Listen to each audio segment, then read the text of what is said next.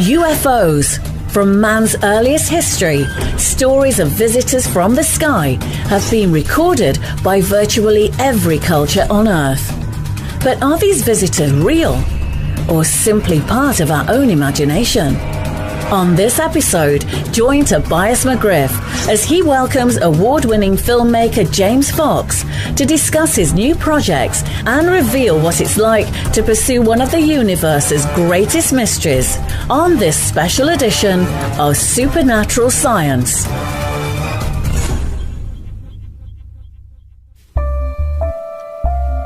In 1948, 1 year after the Roswell incident, the United States Air Force started official investigations to explore the UFO phenomenon known as Project Grudge and Sign. But 2 short years later, it would be closed, citing no discovery of credible evidence. In 1952, the projects would be revived again under a different name, and this time, they would be called Project Blue Book. Project Blue Book received over 12,000 UFO reports that were considered worthy of investigation, and after 17 years of carefully examining each case, Project Blue Book was closed, and the government's official stance was that it would no longer investigate the UFO question. The government made it clear to a curious public that there was no evidence indicating that any of the unidentified sightings were extraterrestrial. But what the government didn't publicize was that there were 701 cases that could never be closed or explained. You're about to hear my interview with award-winning filmmaker James Fox about his new film that explores those cases and his decision to post the largest reward ever offered for irrefutable proof of extraterrestrials. He'll give us unlimited access and never-before-shared stories about what it's like to explore the world of the UFO. I said, oh my God, this plane's going to crash. This thing came right across, north to south. Incidentally, I was a private pilot, so I have some familiarity with the airspace. It glided over my house, and there was absolutely no noise. What I thought to be a kind of a boomerang shape. Myself, my God, that's a wingspan. I've never seen anything like that. They were reported by at least one commercial airline pilot. It was humongous, that's all I can say. James Fox, welcome to the program. Thanks for talking with me this afternoon. How are you? Thank you so much for having me on. I'm doing great. You got big things in the works. 701 film that's coming up now? Yes, and each time I embark on a new project, it is after clearly stating that I'm done with UFO films. I could take you back to each and every production dating back into the mid-'90s with UFOs documentaries that I've made, and at the end of each one of them, several years of production, I've said, I'm done. I'm moving on to other things. I've got environmental issues. I've got other interests. And lo and behold, it comes back to bite me in the bum. So the last time I said that, I said, well, I think I'm done, but I'm not sure. Well, you know, this is number 5 or number 6. What are we on now? You sold like 5 films, right? Well, I did. See, it's tricky, actually, because I did UFOs 50 Years of Denial, which I sold, UFOs 50 Years of Denial, which I sold to Discovery Channel in 97. And then I did Out of the Blue, but I did 2 versions of Out of the Blue. And then we did the National Press Club, and we documented that whole scene, which I released in its raw form in 2007 with Leslie Kane. And then I did, I did a secondary version of Out of the Blue, and then I did I Know What I Saw. And now we're doing 701, so that technically it would be number 4, but you could consider it number 5. Okay, and I mean you're 28 years old, and you sell your first documentary. I mean on UFOs, like not on something that was considered I guess mainstream, something that would be like an environmental issue, for example. It wasn't as if you did compelling work on something that the whole world is thinking about. You sold a documentary on something that often gets swept under the rug. I mean, how does that feel at 28? Funny, actually, because when I embarked on it, close friends and family were like, well, you don't have a snowball's chance in hell. Right. The words that they use fueled my fire even more, and that, ironically, that's pretty much the only aspect of my endurance that's anything different than anyone else out there, because there's so many people that are way better qualified to do what I do, but I just simply don't give up. And there are obstacles constantly thrown in your path. That's what it's all about. Finding out how to navigate your way around these obstacles and never take your eye off the prize. And no matter how difficult it becomes, and believe me, it becomes difficult. I can tell you with every production, things that I've encountered that might appear as a deal breaker for someone else, but I'm very tenacious, and that's probably my best asset, really. I didn't know what the hell I was doing when I started on my first production, and I probably still don't know what I'm doing today. I mean, that seems to be people that are usually successful in any genre seem to have that attitude. But, I mean, how do you score those kinds of interviews? I mean, you had some heavy hitters. I mean, you got generals, governors. I mean, you got a lot of people willing to talk to you. How do you score something like that, your first go-around? Well, it's funny because I remember in the 90s, I initially got a phone interview with Apollo astronaut Edgar Mitchell, and then eventually I got a on-camera interview with him, and I flew out to Florida to meet with him on that one. And I said, Dr. Mitchell, why did you grant me the interview? And he looked at me and he said, because you wouldn't go away. You're getting people to interview about things that can actually hurt them for talking about, and have. Yes, that's one of the big issues a lot of people don't realize.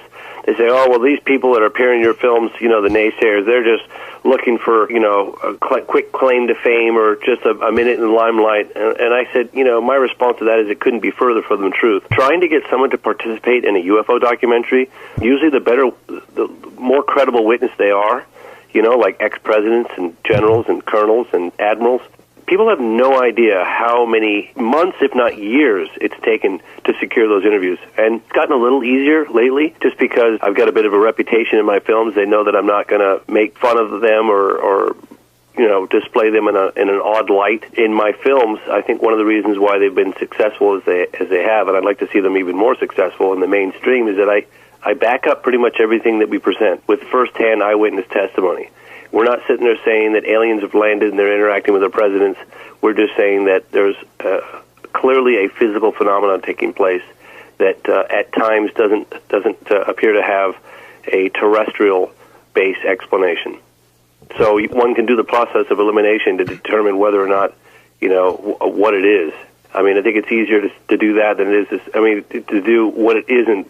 And then what are you left with? You know what I mean? Right. Yeah. Well, honestly, watching some of your films, I think some of those guys that are extremely credible, have kind of said that. I mean, Lieutenant Colonel Philip Corso, I mean, he basically confirmed that there was an alien crash at Roswell. Yeah. Well, there's been lots of little, I wouldn't call them anecdotal, but it's more the preponderance of evidence. I wouldn't say that necessarily there's one single smoking gun. You got the true.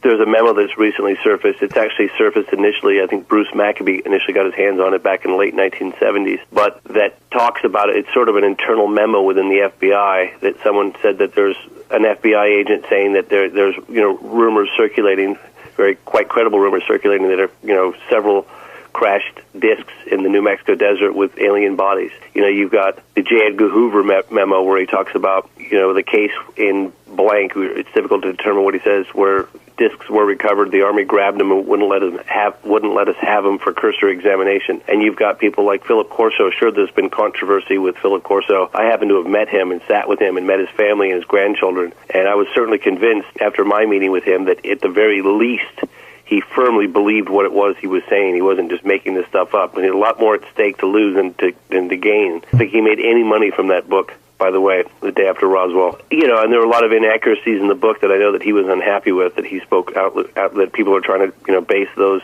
discrepancies and discredit his testimony. But I know that he himself was not happy. They rushed the book to get it out in time for the 50th anniversary of the Roswell incident. So, but like I said, it's the preponderance of evidence. There are memos and statements and deathbed statements, and that all lead to something of non-terrestrial appears to have crashed in Roswell, near Roswell, New Mexico.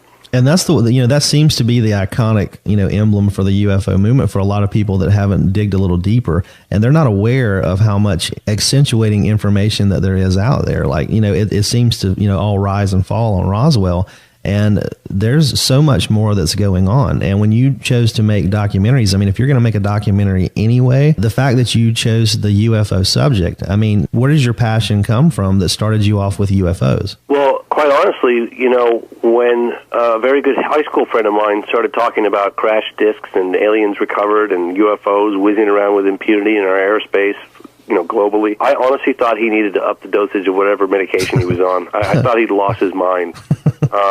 and I'm giving you the truncated version, but I eventually started to, look into it very reluctantly. And as soon as I scratched the surface, I realized there was a lot more going on behind the scenes than what we're, what we're being told. And the more I dug, the more I found, and the more I found, the more I dug. And people often ask me, why is it that I do what I do? Oh, you're that UFO guy, and my response to them is, hey, if Earth was being visited, would you like to know about it? I mean, just let's talk hypothetically for a minute. They say, my God, are you kidding me? It would be the most significant discovery of our time. My response is, well, I'm convinced it's happening. And so it was the strength of one person's conviction, a personal friend of yours, that really kind of got you on the trail of looking into the subject matter. Yeah, and I did it reluctantly. And I remember when my father found out, he was a mainstream journalist. He was quadriplegic with multiple sclerosis. And I sort of, by default, became his secretary, his chauffeur, his nurse. And I would travel on assignment with him from everyone from Playboy to Sports Illustrated to Rolling Stone, Car and Driver magazine. We went around, we met with people like Dan Gurney, former race car driver. Right, yeah. And we met with Stephen Hawking, physicist, Cambridge, Gonville and Keys. And on a couple of occasions, actually. And so very mainstream stuff.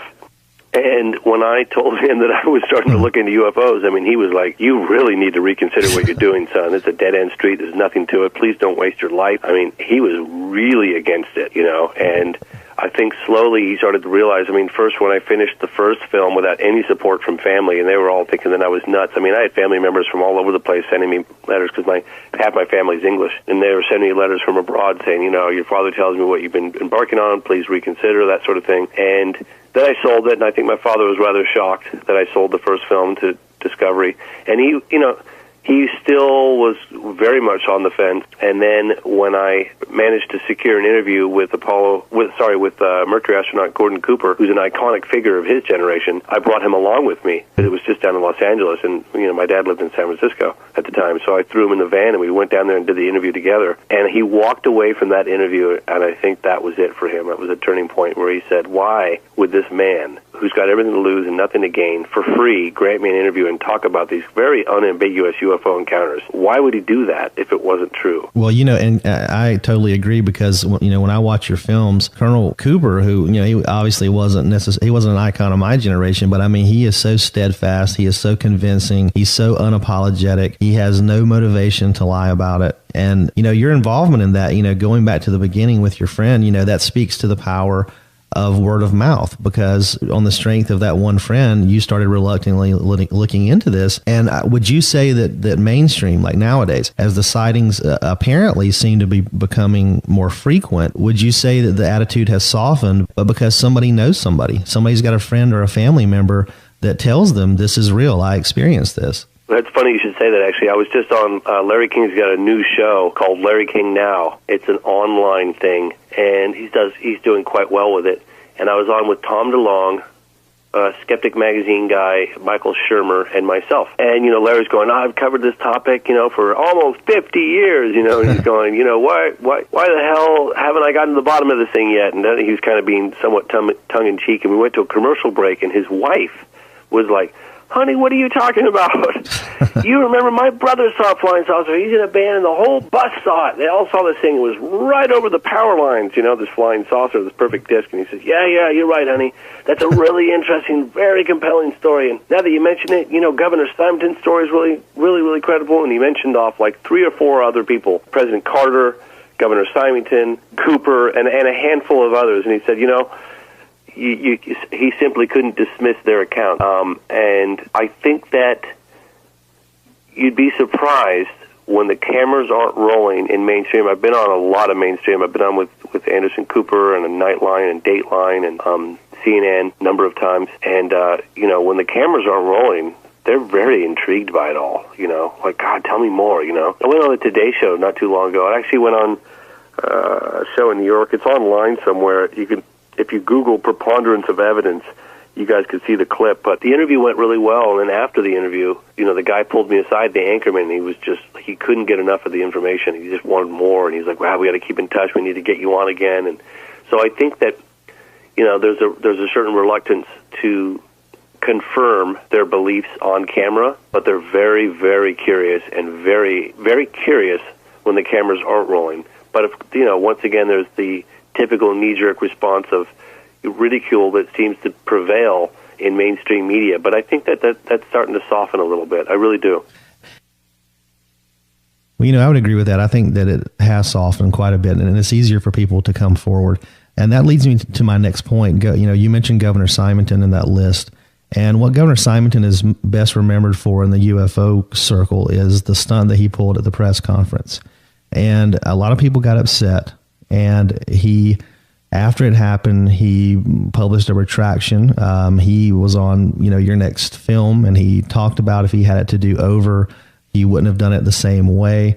But, I think that his position, he heard the question as a whole, and it's not, he's not remembered for the retraction. He's remembered for the offense. And so I think there's a responsibility there. And I also would like to ask you, you've spent time with him. Listen to his retraction when you had a chance to be there in the moment. Can you talk to me a little bit about the read that you got from him? I want to believe it's genuine.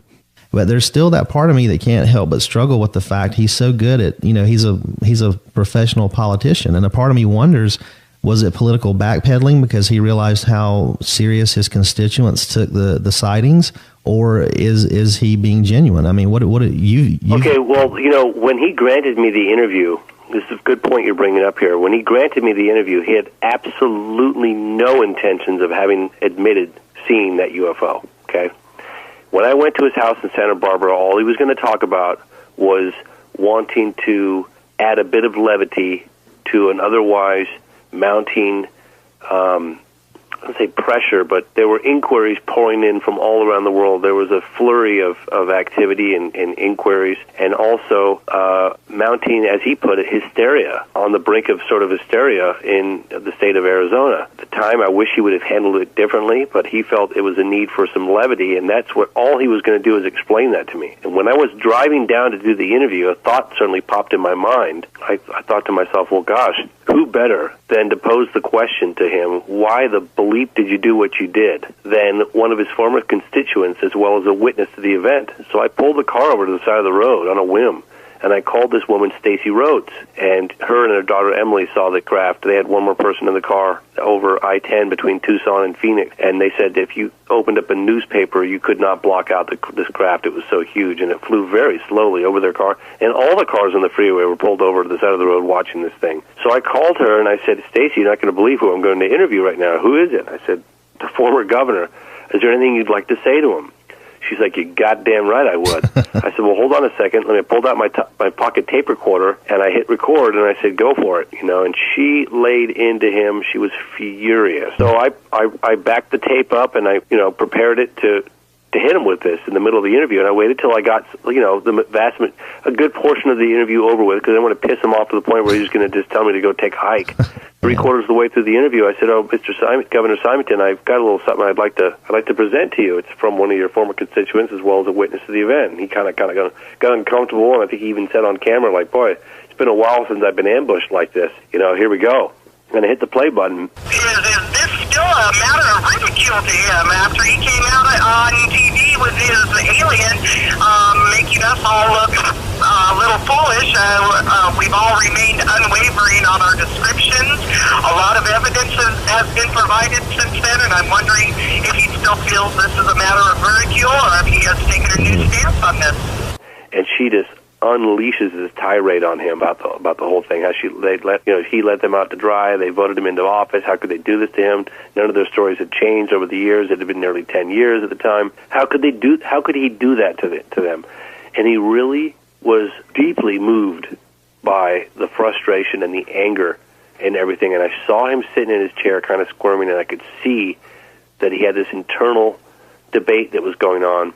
And right there on the spot, live on camera as it's rolling, he decides to come clean. That's what happened. I remember when he did it, I was literally pinching myself. I went back and made sure the damn tape was rolling and it was on record on the camera because I thought I couldn't believe what this guy was saying. But I can honestly tell you that was a very sincere, that he was getting this monkey off his chest after all these years, and he had no intention of revealing what he'd revealed. I pulled his wife aside later. His wife is one of the only people he told. And I said, can you tell me what happened? She said he heard about this thing. He went out to Squaw Peak at around 8:15 at night alone, which he's not supposed to leave alone. he was hearing either radio chatter or something that drew this thing to his attention. He got in his car, went out to Squaw Peak, got out, saw this thing, and when he came back to the house, she said it was as if he'd seen a ghost, and that was it, you know. And so I firmly believe that he saw whatever it was that was flying over. I mean, his location is perfect, the timing was perfect, his wife's testimony held up. I looked him both in the eyes.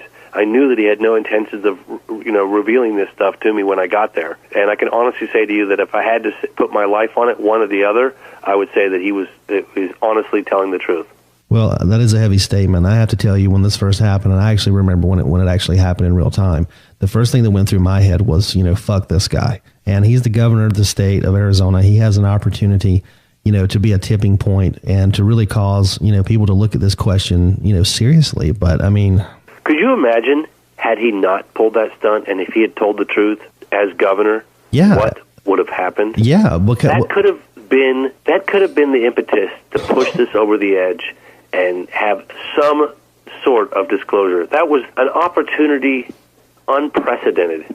Exactly. As far as I'm concerned. I mean, he had the state of Arizona behind him on this one. Other representatives, I think a senator saw this thing. I mean, people were pulling their cars over to the side of the road, and jaws dropped to the floor watching this huge craft fly overhead. I was in the depths. I was researching. I'd been to Phoenix many times in the 90s. I was livid at the governor for pulling that. I was cussing at the TV screen when it happened. And, you know, missed opportunity, golden opportunity. I mean, an opportunity unlike anything that's ever happened.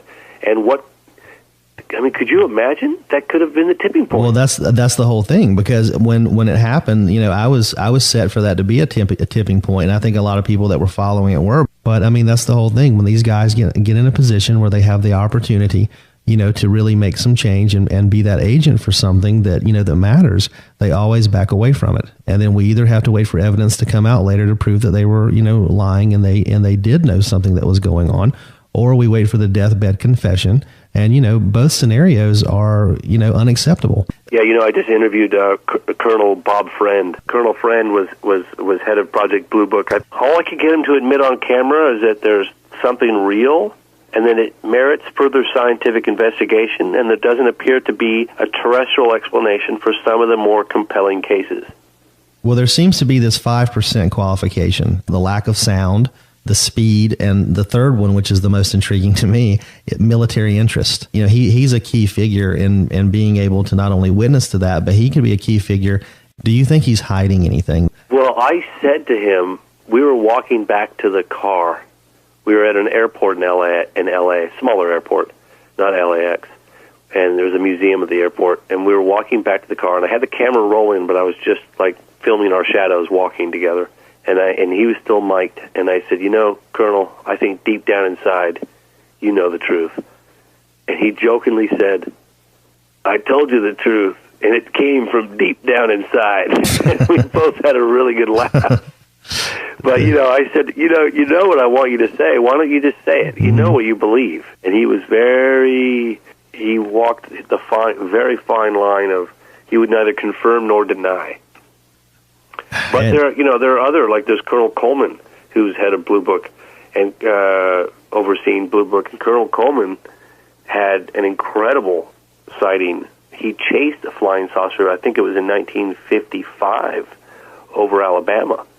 And he came within, I mean, very close to this thing, and it was so close and so low that it stirred up dust flying over the treetops. And then they put him, you know, in charge of Blue Book, certainly overseeing Blue Book. And I remember he said that, well, don't you think it would be a conflict of interest with me overseeing this project when I've clearly had an experience? And I guess evidently not. But the interesting thing is that this credible sighting that Colonel Coleman had in the B-25 never ended up in Blue Book files.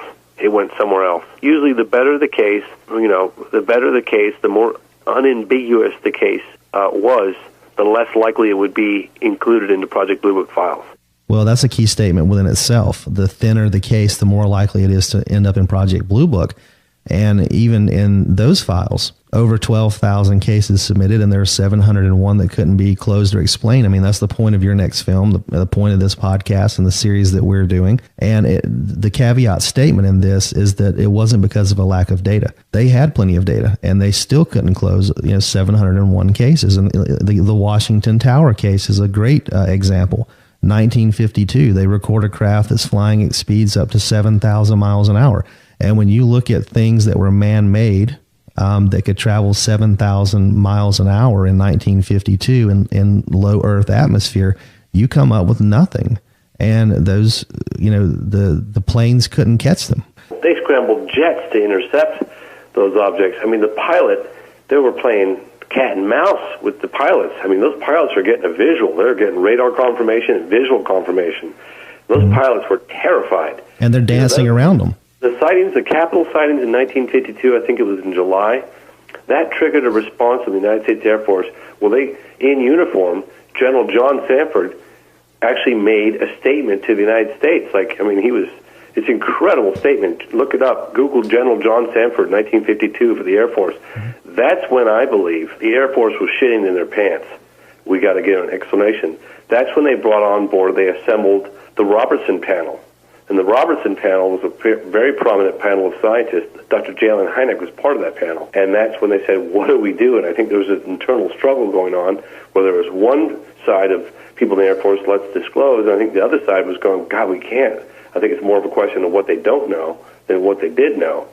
They asked the Robertson panel for, a solution. Robertson panel came, let's just adopt this policy of blanket ridicule. Anyone who says they see one of these things, you laugh at them. And it was adopted in 1953, and it was a very effective campaign. Well, taking it from that perspective, you're left with a situation where you have Project Blue Book, which is by all accounts the government's best effort to look at the UFO question. They only accept the thinnest of cases. They take in over 12,000, and they still can't close or explain 701 of them. And again, it's not because of a lack of data. And then as the witnesses become more frequent, more credible, the Robertson panel devises a solution that involves nothing more than blanket ridicule. So, I mean, and I wonder, after 4 films on UFOs and unequivocally showing that there is something else out there, talk to me a little bit about what 701 is going to do or try to do that the other films haven't done. I mean, are we just in a place where people can't hear it? And is 701, is that film just another way of looking at something that we've looked at many times before? There's never been a film done on the UFO phenomenon that has penetrated an extremely large audience, other than the cable, History Channel, Discovery Channel, Learning Channel, Sci-Fi Channel, that sort of thing. There's never been a film theatrically released on the subject of UFOs. And I'm not talking about a film with actors and actresses. I'm talking about a documentary feature. And that is, funny enough, something that I tried to accomplish with I Know What I Saw, but I didn't have the budget, didn't have the time, I didn't have the know-how, all of the above. And when I finished I Know What I Saw in late 2009, I remember being disappointed that I ended up selling it to A&E and then broadcast on History Channel, 2-hour special. And my father was like, oh, son, look what you did do, though. It's an amazing piece of work, blah, blah, blah. And I said, yeah, but I'm just preaching to the choir. I'm just going to have it broadcast out to a few million people on History Channel that, whatever. It's not. I just felt like I fell short of my goal. But I moved on to other things. And about 6 months ago, I was approached by a guy, and I'm working on a film right now on the BP oil spill called Pretty Slick. You can Google it. And I'm working on this film, and I get a call from Tracy Torme. He's a screenwriter out of Hollywood. He's done stuff like he worked on Contact, he worked on Intruders, the miniseries.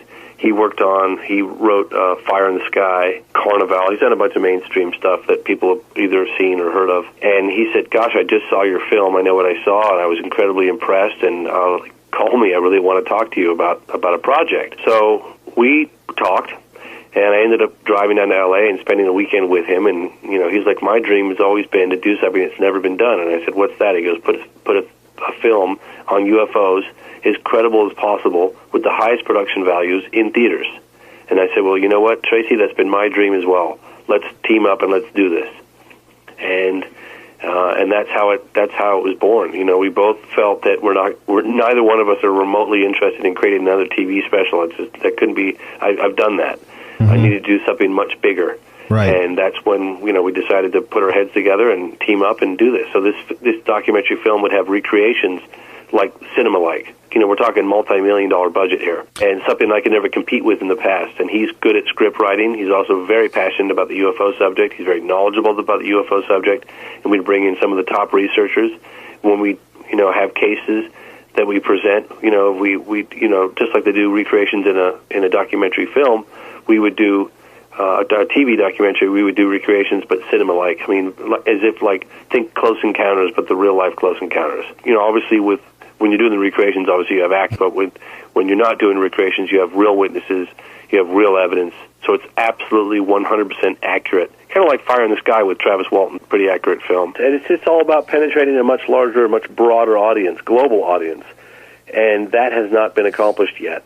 And we both feel that it's time. How many, when you do something like this, do you know in advance of how many, like, theaters this is going to end up in, the distribution? Done properly, it would, you know, the sky's the limit. I mean, it's never been done before, so there's just all this speculation but the sky would be the limit. I mean, the nice thing about UFOs is whether you believe in them or not, the very subject matter is sensational. It transcends politics. It transcends religion and borders. There's a fascination for it globally. So done properly, you know, the sky's the limit.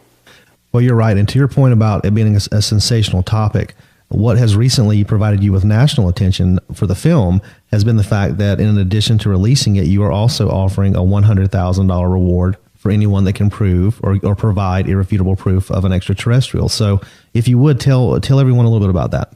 For that $100,000, we actually went back to our investor, and I haven't released this officially yet, but let's just say that we're up in the ante, because we know through the interviews I've done with both military and civilian people that the footage that was either captured officially, so let's say the Air Force was documenting launches of missiles at different areas, maybe White Sands or Vandenberg Air Force Base, or doing experiments at Edwards.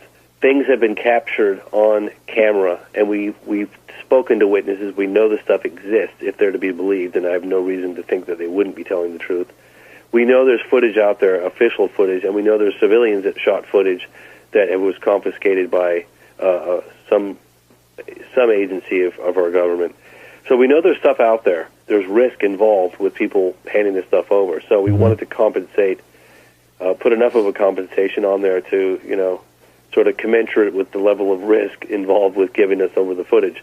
So I've actually been renegotiating that fee, that reward, to a much higher figure, which we're going to be announcing in about a week or so. At $100,000. Oh, by the way, we already have about 90 bits that we're sifting through slowly right now. Well, that was my next question. I was going to ask you how many folks you had submitting things, and I'm guessing you probably, as you sift through it, you have to throw out, you know. Oh yeah, we know that 99% of it's going to be complete garbage. We're very aware of that. Yeah. And we're also very aware of the fact that people are going to be probably creating stuff in their basement on super, you know, computers with the latest technology and modeling and all that stuff. We're bringing on board some people that are the top-notch special effects people, and we're trying our best, and we're going to continue to do our best to sift through this stuff. And it's actually, we've had to hire people, bring people on board just for that job alone. So.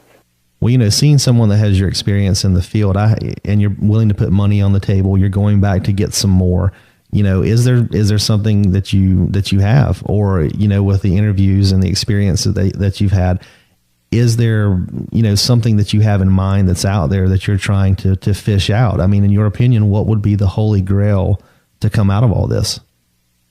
We know there's footage that was taken in the 50s, 60s, 70s, official footage, some of which we're targeting. That we're going after. That would, in my view, be the holy grail if we got a landing at Edwards at circa 1950-something, 2 or 3, which I'm pretty convinced that exists. There's missile launches that I've heard of being tracked by disc-shaped craft traveling at extremely high rates of speed, taken with telephoto lenses, that sort of thing. So we know this stuff's out there, and that's why we up the ante, and hopefully that's ideally getting hold of some archive footage, official Air Force footage, would be that would be the ultimate holy grail of footage. But we're putting it out there. We drop the hook in the water and we see what we're going to pull up. Is there a clearly defined scope or conditions that it would take to meet that are published, that it would take to satisfy you and your folks when you're looking at this to say, okay, yeah, we'll give you the money? Yeah, I mean, the thing is that obviously points of reference, something that's obviously in focus, preferably daylight, and official, if it's official footage. Now, that doesn't necessarily mean that we wouldn't consider someone that shot footage in 1997 of the large craft over Phoenix. If something was produced that looked like it was shot on a video camera back in 1997 that clearly showed a boomerang-shaped craft up to a mile across, wingtip to wingtip, flying over an area that could be analyzed to determine its authenticity. Do you know what I mean? Like, for instance, a mountain peak or whatever, right, which I'm pretty convinced exists, then that very well could win. I mean, there were guys that scrambled F-16s, from what I understand, to intercept that large craft. I'm sure there was gun cam footage in those. To your point, though, if someone does have that kind of footage, $100,000 isn't going to cut it. No, exactly. And that's the thing is, even at the time, I was, I did a couple of radio interviews, and I said, look, if you feel you have this footage and you feel that it's worth a lot more than that, don't let that price, the dollar amount, discourage you from approaching us, because I'm sure that we could rally up, the appropriate compensation of funds. But I couldn't necessarily officially say, hey, look, we've renegotiated with our backer and we have a new amount. But now, in the very near future, I will be able to make that statement. When is 701 going to come out? It really depends on it looks like the full-blown funding for production will begin in a couple of weeks, and we've all been putting our ducks in the row and preparing for a pretty rigorous shooting schedule. But it's very difficult to determine. There's all sorts of things that could slow us up. So I think if in an ideal world, a year and a half to 2 years, maybe sooner. It's really hard to say. As you move into 701, which is by all indicators going to be your best work on the subject of UFOs, and after all of these interviews, all of these years, 4 films into this, even if you haven't had your own sighting, the sheer exposure that you've had, I'm sure has caused you to draw some conclusions about the UFO question. So to date, what is it that you are absolutely convinced of when it comes to the UFO question? What I am convinced of today is that there's a physical phenomena. It's under intelligent control. These craft have the ability to fly rings around our fastest jets, and they are whizzing around with impunity in our airspace. And the government, not saying by any means that they're hostile, because if they were, they've exhibited a few displays of technology. Sort of, one could interpret as taking the matches out of the hands of a baby, when they're interacting with our nuclear capabilities, Right, our exactly. nuclear-tipped warheads and that sort of thing. You hear these stories told from these colonels and men in the field about these objects sending light rays down into the nuclear warhead or in the nuclear bunkers and stuff like that. And I remember asking some military guys, well, gosh, what did you think when it was happening? He said, well, kind of made me realize that maybe they're trying to tell us something. Right, yeah. Maybe we shouldn't be playing around with these things. Or don't play with matches. Exactly. I think just knowing they could do it would be enough to probably send most of the public. The loss of autonomy is a thing that a lot of people fear. There's this dominator control mechanism in a lot of societies, especially governments.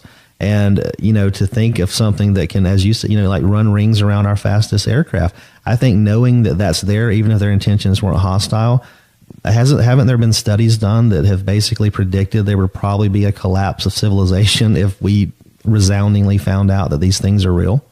There have been, and I remember discussing this with 2 things I want to mention. One is that I put a challenge out a while ago for anyone out there who's on the fence or who thinks this is a bunch of hogwash to watch I Know What I Saw. Mm-hmm. And, I literally said this like 5-6 years ago. I don't know what it was, in 2009. I said, anybody out there who doesn't believe in this and thinks it's nothing more than swamp gas and errant missiles or whatever, to watch I Know What I Saw, and if they, at the end of it, if they really truly believe still that there was nothing to it, then I would give them a full refund. And I've never had to issue a refund with anyone. One of the reasons why I think this didn't get out, because like yourself, you've seen I Know What I Saw. You know, it's a piece of work I stand behind. I think the only thing that failed us was the distribution. The evidence is already out there. It just hasn't gotten the exposure it deserves. Do you know what I mean? No, I know exactly what you mean. And that presents, I think, a new question or a new issue. If you get the mass penetration that you're going for, and by all accounts it looks like you will, you can get the public's attention. But historically, you know, there's case after case and example after example that when you get the public's attention, you are probably also going to get the government's attention if it really has the desired, you know, effect that you want it to. And so have you given any consideration to how you are going to handle that? Have you given any consideration to how you intend to portray the government in the film? And, you know, has that conversation taken place with you and the rest of the folks involved in the project? Well, that's one of the conversations we've been having internally with the production of this next film, 701, and that is, let's take a position that doesn't necessarily do any finger pointing, that justifies in some respects a level of secrecy, and not necessarily, you know, accusing the government of this massive cover-up. That there was reasons for it at the time, and yet those reasons no longer apply, and that done properly, we strongly feel that this could even encourage the government to make a strong statement, and that we forgive them for the level of secrecy over the years, and that it wasn't done in a sinister way. It was done more of the fact of what they didn't know, and maybe in 1952 they decided a very honest investigation to determine the origin and the intentions of these objects, of these, UFOs. And maybe here we are 60-plus years later, and we're no closer to the truth now than we are then. In other words, they realize they're real. They realize it doesn't appear to be anything man-made. They're under intelligent control, clearly. And there are, at times beings spotted, but maybe they don't have the answers that they were hoping to have. Is there any government that's doing it right? I mean, is there any place on Earth that's looking at this in a way that you see as beneficial? Well, I was down in Brazil last year, and I met with a General José Carlos Pereira, Brazilian Air Force, and he was active. He was quasi-active. He was on his way to retirement, but he's still active. And he gave an incredible interview. Talked about the reality of UFOs and talked about a few cases that had happened in Brazil. And I said to the camera crew afterwards, do you guys realize what we just experienced? This would never happen in the United States of America. Sure, you can get retired guys, but not active. And this is opening up in Chile. France has been opening up their files. England's opening up their files. Canada has been opening up some of their files. Maybe the Americans have a lot more to hide, but I tell you, there's a movement that's been happening since 2006, 2007, that, it's a slow, like I asked the question to former guy at the Ministry of Defense, Nick Pope, do you anticipate any level of disclosure? He said, yeah, don't think of it as disclosure happening with a big D. Think of disclosure with a small d.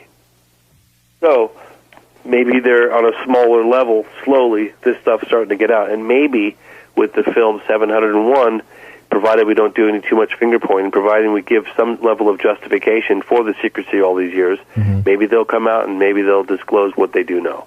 Excellent. Well, James Fox, thank you for joining us. I appreciate your time and appreciate you being with us, and we definitely look forward to the film. And as far as your previous films, is that something we can get on demand, like Amazon.com? Yeah, I've got. You can either try to YouTube them, or if you want to buy some DVDs, you can go to I Know What I Saw, themovie.com. Just Google I Know What I Saw, and I've got all 4 DVDs, all my films I ever made on the subject of UFOs, including Out of the Blue, lots of outtakes, I Know What I Saw, 50 Years of Denial, and the unedited version of the National Press Club event, which we did in 2007 with Leslie Kane.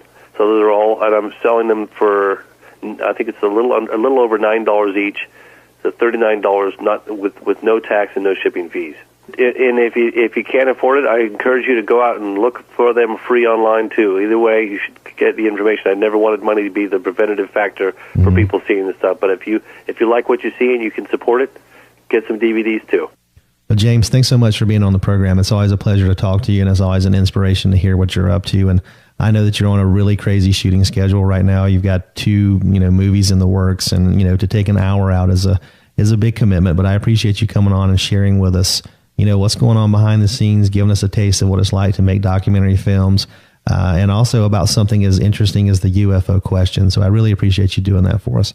I really enjoyed it. All right, folks, that was James Fox. If you're not familiar with his work, you really should be. In terms of UFO documentary filmmaking, he is, in my opinion, the most credible guy out there.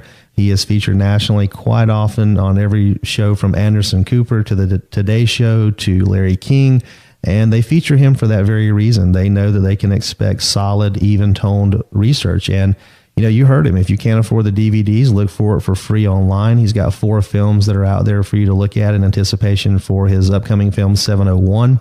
And for someone that's willing to give away their work, that has put this much effort into it over the period of time that he has done it, that is, in my opinion, about as sincere and as transparent as you could possibly get. So take him up on his challenge. Check out the information. Check out what he has to say and show you, and decide for yourself. And if you want a taste of what you can expect, I leave you with this. This is Captain Ray Breuer, who witnessed an object over a mile wide as he was flying over the Channel Islands region of the English Channel, and it was also witnessed by the passengers on board.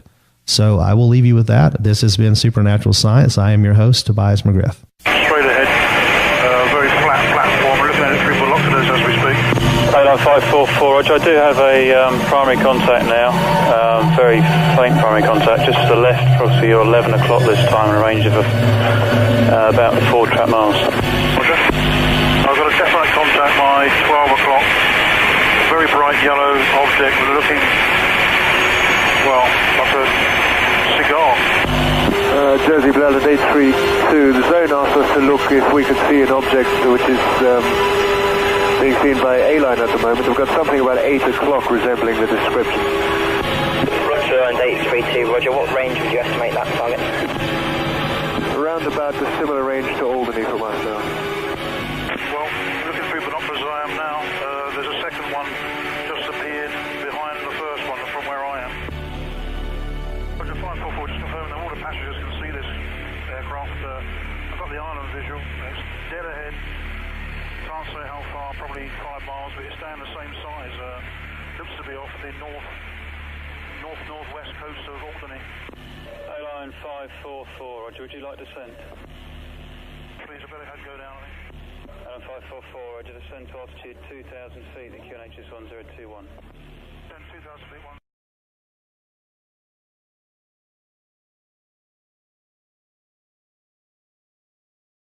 Saying that there's clearly a physical phenomenon taking place that at times doesn't appear to have a terrestrial base explanation. So one can do the process of elimination to determine whether or not what it is. I mean, I think it's easier to do that than it is to do what it isn't, and then what are you left with? You know what I mean? Right. Yeah. Well, honestly, watching some of your films, I think some of those guys that are extremely credible, have kind of said that. I mean, Lieutenant Colonel Philip Corso, he basically confirmed that there was an alien crash at Roswell. Yeah, well, there's been lots of little, I wouldn't call them anecdotal, but it's more the preponderance of evidence. I wouldn't say that necessarily there's one single smoking gun. You got the true, there's a memo that's recently surfaced. It's actually surfaced initially, I think Bruce Maccabee initially got his hands on it back in the late 1970s, but that talks about it. It's sort of an internal memo within the FBI that someone said that there's an FBI agent saying that there's rumors circulating, quite credible rumors circulating that are, several crashed discs in the New Mexico desert with alien bodies. You've got the J. Edgar Hoover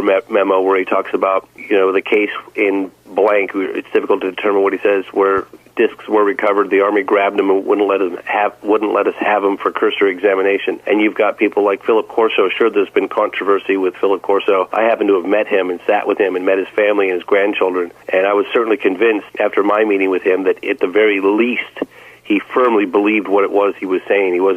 UFOs. From man's earliest history, stories of visitors from the sky have been recorded by virtually every culture on Earth. But are these visitors real? or simply part of our own imagination? On this episode, join Tobias McGriff as he welcomes award-winning filmmaker James Fox to discuss his new projects and reveal what it's like to pursue one of the universe's greatest mysteries on this special edition of Supernatural Science.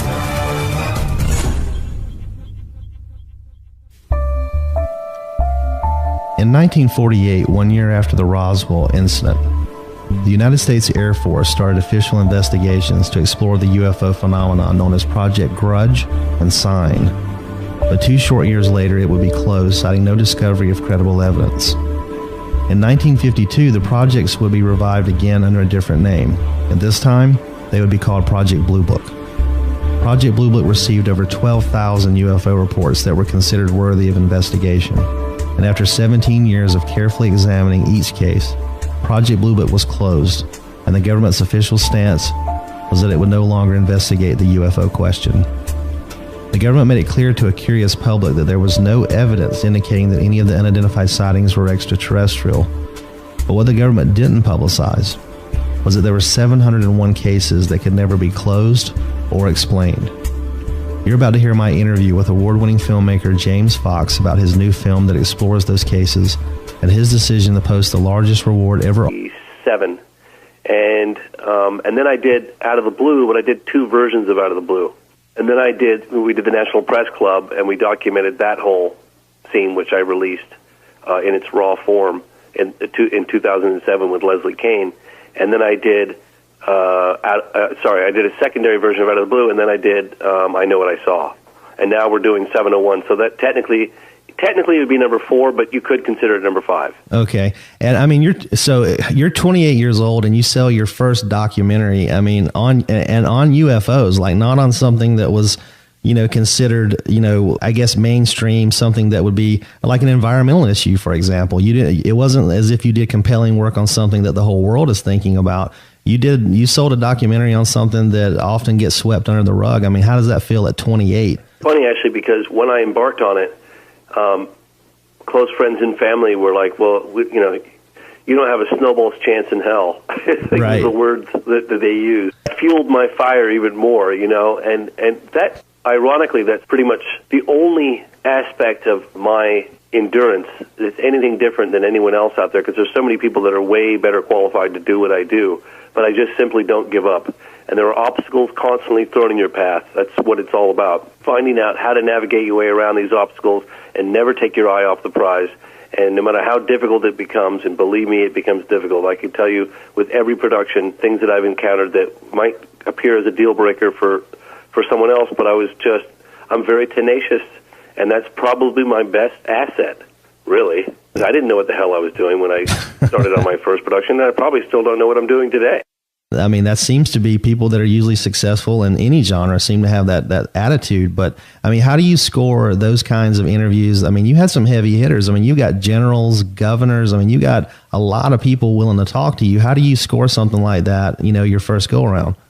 Well, it's funny because I remember in the 90s, I initially got a phone interview with Apollo astronaut Edgar Mitchell, and then eventually I got a on-camera interview with him, and I flew out to Florida to meet with him on that one. And I said, Dr. Mitchell, why did you grant me the interview? And he looked at me and he said, because you wouldn't go away. You're getting people to interview about things that can actually hurt them for talking about, and have. Yes, that's one of the big issues a lot of people don't realize. They say, oh, well, these people that are appearing in your films, the naysayers, they're just looking for, a quick claim to fame or just a minute in the limelight. And I said, my response to that is it couldn't be further from the truth. Trying to get someone to participate in a UFO documentary, usually the more credible witness they are, like ex-presidents and generals and colonels and admirals, people have no idea how many months, if not years, it's taken to secure those interviews. And it's gotten a little easier lately just because I've got a bit of a reputation in my films. They know that I'm not going to make fun of them or display them in an odd light. In my films, I think one of the reasons why they've been successful as they have, and I'd like to see them even more successful in the mainstream, is that I back up pretty much everything that we present with first-hand eyewitness testimony. We're not sitting there saying that aliens have landed and they're interacting with our presidents. We're just offered for irrefutable proof of extraterrestrials. He'll give us unlimited access and never-before-shared stories about what it's like to explore the world of the UFO. I said, oh my God, this plane's going to crash. This thing came right across, north to south. Incidentally, I was a private pilot, so I have some familiarity with the airspace. It glided over my house, and there was absolutely no noise. What I thought to be a kind of a boomerang shape. Myself, my God, that's a wingspan. I've never seen anything like that. They were reported by at least one commercial airline pilot. It was humongous. That's all I can say. James Fox, welcome to the program. Thanks for talking with me this afternoon. How are you? Thank you so much for having me on. I'm doing great. You got big things in the works. 701 film that's coming up now? Yes, and each time I embark on a new project, it is after clearly stating that I'm done with UFO films. I could take you back to each and every production dating back into the mid-'90s with UFO documentaries that I've made, and at the end of each one of them, several years of production, I've said, I'm done. I'm moving on to other things. I've got environmental issues. I've got other interests. And lo and behold, it comes back to bite me in the bum.